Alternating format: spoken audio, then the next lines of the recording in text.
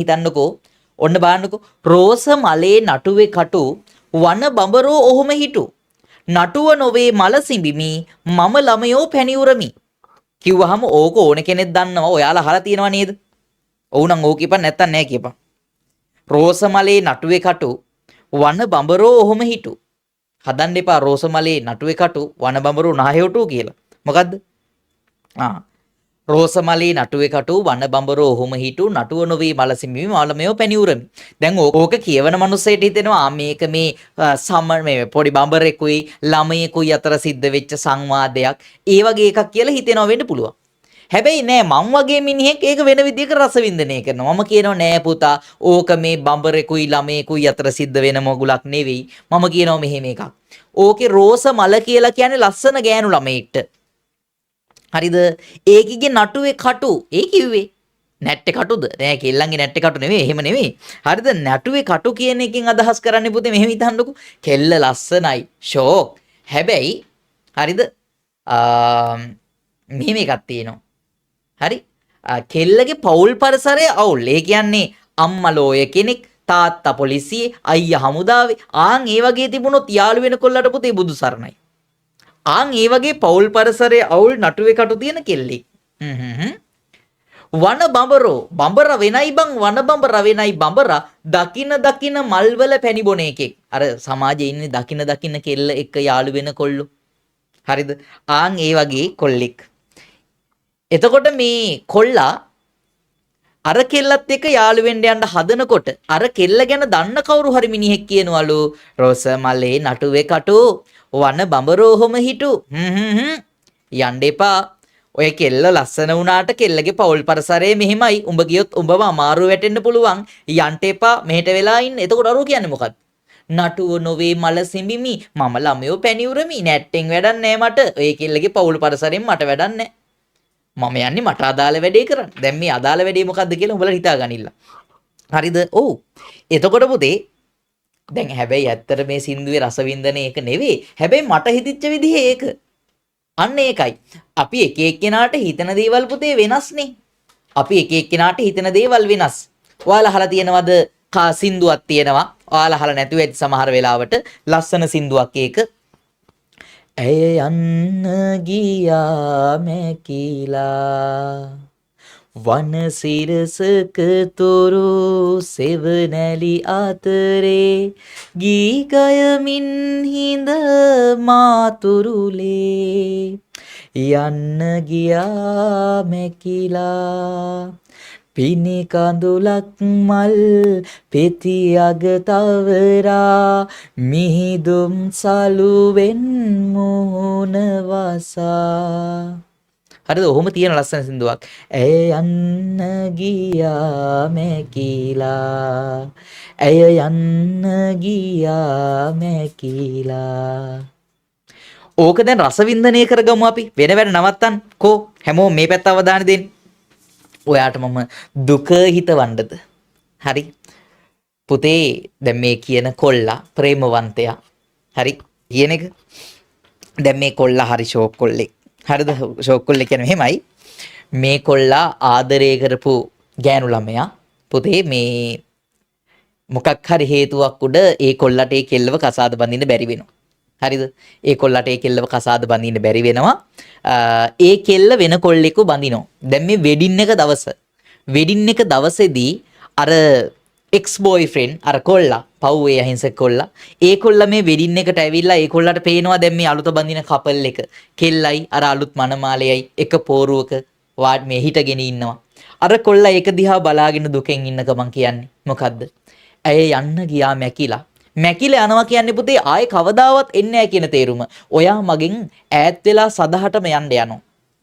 එයාට මතක් වෙනවා ඒගොල්ලෝ ආදරය කරපු කාලේ වන සිරසක තුරු සෙවණැලි අතරේ ගී ගයමින් හිඳ මාතුරුලේ. ওই පාක් ගානේ ගිහිල්ලා ගස් යට වාඩි වෙලා අපි ආදරෙන් කතා කර කර හිටපු කාලේ. වන සිරසක තුරු සෙවණැලි අතරේ ගී ගයමින් හිඳ මාතුරුලේ ඒත් ඔයාද යනවා ඇය යන්න ගියා මැකිලා ඇය යන්න ගියා මැකිලා බලන්නකෝ ඇය යන්න ගියා මැකිලා ඊට පස්සේ ආයෙත් දැන් මේ කොල්ලට පේනවා දැන් කෙල්ලත් දුකයිනේ කෙල්ලත් දුකින් ඉන්නේ. මේ කොල්ලට පේනවා අර ඔය කතෝලික වෙඩින් වල ඔයාලා දැකලා තියෙනවද දන්නේ මනමාල්ට පුතේ මෙහෙම වේල් එකක් දානවා.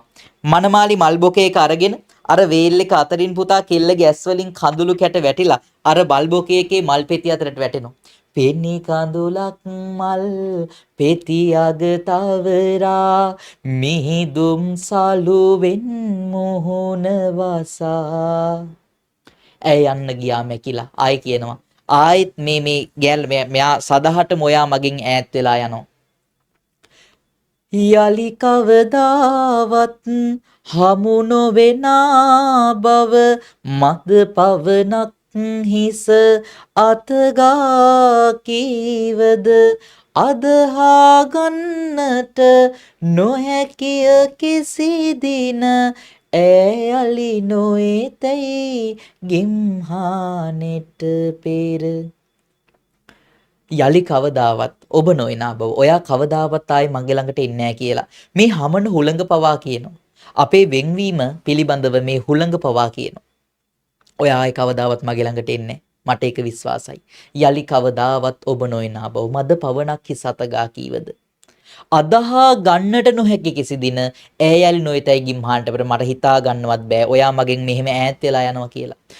මට හිතා ගන්න බෑ මන් තාම විශ්වාස කරනවා ඔයා මගේ ළඟට ආයෙ පාරක් එයි කියලා. ඒ වගේ එකක් තමයි මේ කොල්ල කියන්නේ. හරිද? දුක හිතෙනවා නේද? ඔయిత වඩා දුක හිතවන්නද?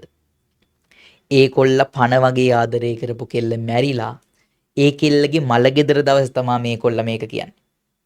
ඔය කතෝලික මලගෙවල් වල තරුණියෝ මැරුණාම කෙල්ලෝ මැරුණාම පුතේ ඒත් මිනියේ මෙහෙම වේල් එකක් දානවා මූණට. දැන් මේ මිනි පෙට්ටිය ඇතුලේ කෙල්ලගේ මිනිය තියෙනවා. කොල්ලා ඇවිල්ලා මල් වඩමක් අතට අරගෙන කෙල්ලට අවසන් ගෞරවය දක්වන. දැන් කොල්ලට මතක් වෙනවා අර තමන් ආදරය කරපු කාලේ.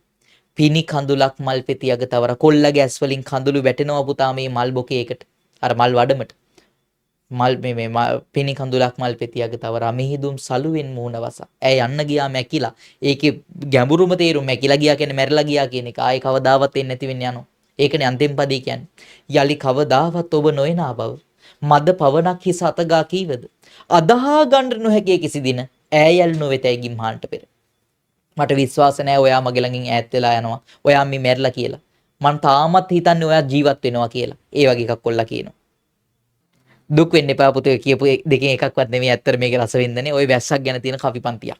සින්දුවක්. ඕකේ තියෙන්නේ වැස්ස ගැන බං. කැලෑවකට වැස්සක් වැහැලා ඒක ගැන තමයි මේකේ තියෙන්නේ. හොඳයි. ඔව් කැලෑව කියන්නේ පෙම්වතාලු වැස්ස කියන්නේ පෙම්වතියලු. දැන් මේ පෙම්වතා වැස්ස ගැන කියනවා මෙහෙම.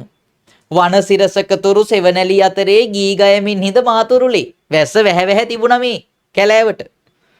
ඇයි යන්න ගියා මැකිලා වැස්ස පෑවුවා. පිනි කඳුලක් මල් පෙති යග තවරා. පුතේ වහින වෙලාවට පිනි බාන එක සාමාන්‍ය දෙයක්. පිනි කඳුලක් මල් පෙති යග තවරා. වහින වෙලාවට මීදුම් බානවා. මීදුම් සලුවෙන් මුහුණ වසා. ඇයි යන්න ගියා මැකිලා. හරිද වැස්ස පෑවුවා. අන්තිම එක බලන්න යලි කවදාවත් ඔබ නොයනා බව මද පවණක් හිස අතගා කියද වියලි හුලං එනකොට තේරෙනවා ආයේ වහින්නේ නැහැ වගේ. හැබැයි මෙයා කියනවා අදහා ගන්න නොහැකිය කිසි දින ඈයල් නොවෙතයි ගිම්හානෙට පෙර. ඔය ගිම්හානේ කියන වචනේ දන්නවා නම් පුතා තේරුම දන්නවා නම් උඹට මේක ගොඩනගා ගන්න අපහසු වෙන්නේ නැහැ. ගිම්හානේ කියන්නේ නියං කාලය. නියං කාලයට කලින් එකපාරක් හරි වහී කියලා මට සැකයි. හරිද? ඕගොම වැස්ස ගැන තියෙන කවිපන්තියක් තම සින්දුවක් තමයි පුතේ මේක. දැන් මම කිව්වා නේද? රසවින්දනය කියන්නේ ඔන්න ඕකට. අපි එක එක්කෙනාට පුතා එකම නිර්මාණයක් ගැන විවිධාකාරයේ දේවල් ටිකක් කියන්න පුළුවන්. හරිද?